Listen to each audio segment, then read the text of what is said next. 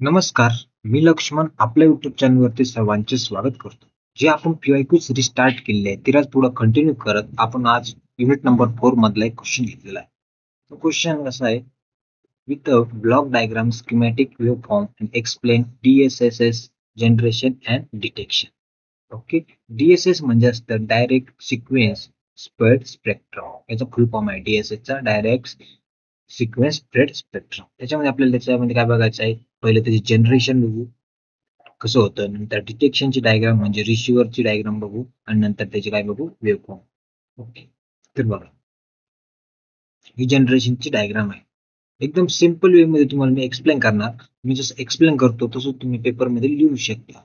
काही अवघड नाही. ही डायग्राम लिहायची, त्याच्यानंतर ती एक्सप्लेन करायची. फक्त 2-2 ओळीत प्रत्येक पॉईंट जर एक्सप्लेन केला, हा पॉईंट 2 ओळींनी, हा NRZ 2 ओळीत लिहायचा, मल्टिप्लायर काय असतो सांगतो मी तुम्हाला. तसंच तुम्ही एक्सप्लेन करून खाली त्याच्यात एक्झाम मध्ये लिहिलं तरी तुम्हाला 100% मार्क भेटणार. ओके, तर बघा बायनरी डाटा सिक्वेन्स. काय binary data sequence? Binary data म्हणजे काय असतो, 0-1-0-1च्या फॉर्म मध्ये जो डाटा असतो आपल्याकडे त्यालाच म्हणते बायनरी डाटा सिक्वेन्स. सिक्वेन्स म्हणजे कसं, एका नंबर येणार 11001100 अशा सिक्वेन्स मध्ये जो होतो तो एक पर्टिक्युलर सिक्वेन्स असतो त्याला, त्या सिक्वेन्सनी येतो त्यालाच म्हणते binary data sequence. Okay, NRZ.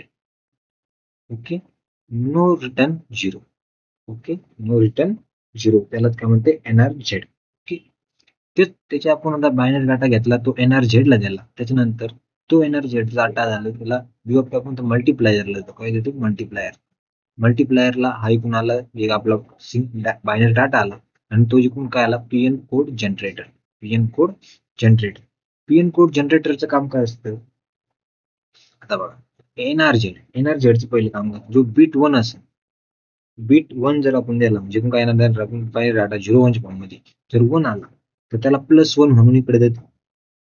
Okay, आणि जर 0 आला तर मग त्याला -1 म्हणून पुढे मल्टिप्लायरला पास करतो. ओके, ते काम कोणाचं असतं, NRZ चं काम असतं. ओके, आणि PN कोड जनरेटर.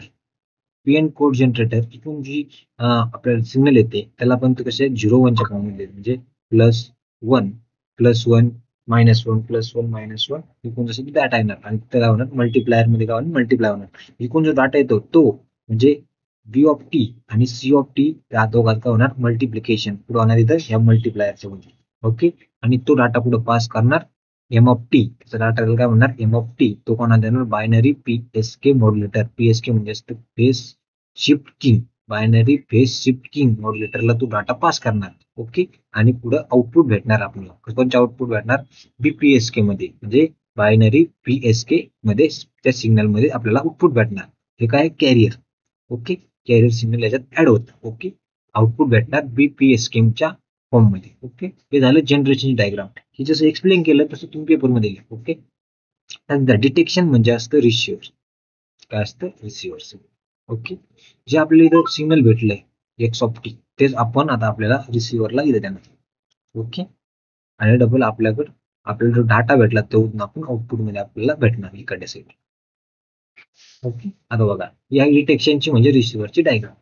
तुम्हाला तीन डिटेक्शन दिलं किंवा रिसिव्हर दिलं पेपरमध्ये तर तुम्ही ही डायग्राम काढू शकता. रिसिव्हर सिग्नल इकडून आपल्याला भेटलं, आपण त्यातून भेटलेलं ते काढलं. रिसिव्हर सिग्नल कुठे पास करायचं, प्रोडक्ट मॉड्युलेटरला. प्रोडक्ट मॉड्युलेटर म्हणजे काय, तर मल्टिप्लाय होती. आपला जो सिग्नल होता इथं आपण मल्टिप्लायर मध्ये होणार, मल्टिप्लायर म्हणजे प्रोडक्ट. ओके, इकडून लोकर आणि रिसिव्हर सिग्नल आणि लोकर कॅरियर हे दोघांचे काय होणार, इथं मल्टिप्लिकेशन होणार मॉड्युलेटर, प्रोडक्ट मॉड्युलेटर मध्ये. ओके, त्याच्यानंतर लो पास फिल्टर. जे लो फ्रिक्वेन्सीचे सिग्नल असेल त्याला पुढे काय करणार, लो पास फिल्टर पास करणार, आणि जे हाय फ्रिक्वेन्सी सिग्नल आहे त्याला पुढे पास करणार नाही. ओके, त्याच्यासाठी आपण इथं लो पास फिल्टर एक ऍड केलेलं आहे. ओके, ते कुठे देणार, ते मल्टिप्लायर. याचं चिन्ह दिसलं त्याला मल्टिप्लायर म्हणायचं. काय, मल्टिप्लायर. ओके, त्या मल्टिप्लायर मध्ये लो पास फिल्टर म्हणजे ज्याची फ्रिक्वेन्सी कमी ते सिग्नल इथून पास होणार पुढे, ते सिग्नल आणि लोकल PN कोड जनरेटर म्हणजे +1 -1 +1 -1 जे सिक्वेन्स मध्ये डाटा येणार आहे तो, आणि हा लो प्लस फ्रिक्वेन्सी, त्या दोघांची काय होणार इथं मल्टिप्लिकेशन होणार. ओके, आणि ते कोणाला पुढे देणार, इंटिग्रेटरला. आणि इंटिग्रेटरचं काम काय असतं, जो डाटा आहे जसं मग आपण आपल्या मॅथ मध्ये कसं असतं, एक काय असतं डेरिव्हेटिव्ह असतो, डेरिव्हेटिव्ह वाटे त्याला थोडीत जायचं म्हणजे छोटं करत जायचं. आणि इंटिग्रेटरचं काम काय असतं, सगळ्याला एकत्र करायचं काम असतं. कोण करतं, इंटिग्रेटर. म्हणजे जे सिग्नलिंग त्याला काय करतं, एकत्र करतो इंटिग्रेटर. ओके. आणि डिसिजन डिव्हाइस म्हणजे काय येतं, इथून तो डिसिजन देणार, आपला आउटपुट भेटणार 100%. पुढं म्हणजे जो आपल्याला इथं आपण जो इनपुट दिलता बायनरी डाटा म्हणून सिक्वेन्स, तोच आपल्याला पुढे भेटणार डिसिजन सिक्वेन्सच्या नंतर.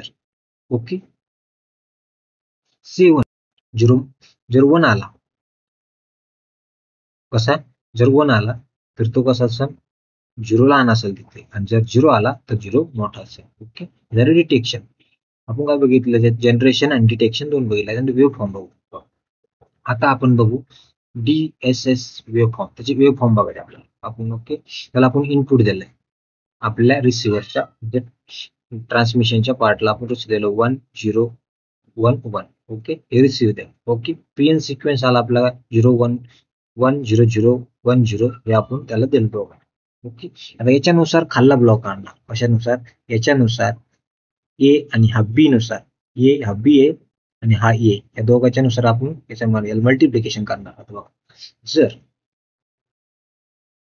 जर काय असेल, जर सेम असेल, बघा सेम 0 म्हणजे सेम म्हणजे कसं, बघा 0 0 असेल तर इक्वल टू काय येणार, 0 0 इक्वल असेल तर 0 असणार. ओके. आणि जर 0 1 0 किंवा 0 1 यापैकी काहीतरी असेल तर आउटपुट काय येणार, 1 येणार. ओके. म्हणजे आता बघा, आता इथं बघा 1 आहे तर 1 आहे, 1 1 म्हणजे सेम आहे, 1 1 इक्वल टू काय येणार, 0. जर सेम असेल, काय असेल, जर सेम असेल, 0 0 असेल किंवा 1 1 1 असेल तर काय येणार, आउटपुट 0 येणार. आणि जर डिफरन्स असेल 0 1 किंवा 1 0 असेल तर आउटपुट 1 येणार. इथं 1 आहे आणि इथं पण 1 आहे, सेम आहे म्हणून 0. हा इथं 1 आहे, इथं काय 1, इथं काय 0, डिफरन्स झाला म्हणजे काय येणार 1. डबल इथं बघा 1 आहे, इथं 0 आहे म्हणून काय आला 1. इथं 1 आहे, इथं 1 आहे म्हणून काय आला 0. आता बघा 1 1 असेल 0, इथं 1 आहे, इथं 1 आहे, 1 1 सेम. बघा इधर ही लाईन इधर, याच्या लाईन इधर, जिधर 1 आहे वरला, जिथं 1 1 सेम दिसेल तिथं खाली लिहायचं 0 किंवा 0 0 दिसेल तिथं लिहायचं 0, डिफरन्स असेल तिथं काय लिहायचं 1 लिहायचं. ओके. कळलं. त्यालाच म्हणायचं मल्टिप्लाय. त्याला एक्स ऑर, आपण इथं कोणचा गेट वापरला, आपण एक्स ऑर गेट. कोणचा गेट वापरला, एक्स ऑर. तुम्ही म्हणता हे कसं केलं, एक्स ऑर गेट नुसार आपण लॉजिक, एक्स ऑर गेटचं लॉजिक आपण इथे वापरलेलं आहे. कोणत्या गेटचं, एक्स ऑर गेटचं लॉजिक इथे वापरलेलं आहे. ओके. 0 0 आलं किंवा 1 1 आलं तर आउटपुट येणार 0, आणि 0 1 किंवा 1 0 आलं तर आउटपुट 1 येणार. ओके. इतकं कळलं. म्हणून त्याच्यानुसार आपण हे सगळं काढलं. ओके. तर बघा इथं 0 आहे, 0 0 म्हणजे सेम असलं काय असतं 0, म्हणून इथं आला 0. ओके. तर बघा हा 0 आहे, इथं 1 आहे म्हणजे अपोजिट झालं म्हणून 1. 0 आहे, हा 1 आहे, अपोजिट झाला म्हणून 1. समजलं. तर बघा त्याच्यानंतर PN सिक्वेन्स बी. इथं बघा आपण याच्यात आउटपुट हा काढला. ओके. हे आउटपुट आलं तर बघा इतर हा आला ट्रान्समिशनचा पार्ट. कुठं ट्रान्समिशन खाल्ला जो पार्ट आहे, हा रिसिव्हरचा पार्ट आहे. हेच डबल कोड होणार आपल्याला, ज्या आपण इथं इनपुट द्याला तोच इथं आउटपुटला भेटणार. ओके. हे दोन वरल्या हा एक आणि हा एक, हे दोन्ही त्याचे वेव्ह फॉर्म आहे, त्याच्या खाली काढून घ्यायच्या रिसिव्हरला. ओके. फिक्स इतकेच वेव्ह फॉर्म काढा, तुम्हाला संपूर्ण मार्क भेटतील. ओके. ही डायग्राम जनरेशनची, डिटेक्शनची आणि ही वेव्ह फॉर्म. ओके. व्हिडिओ आवडला असेल नक्की लाईक करा, शेअर करा आणि सबस्क्राईब करा. सर्व व्हिडिओ आपण अपलोड करणार आहे. आवडला असेल नक्की लाईक करा, नसेल आवडला तर खाली कमेंट करून नक्की सांगा. धन्यवाद.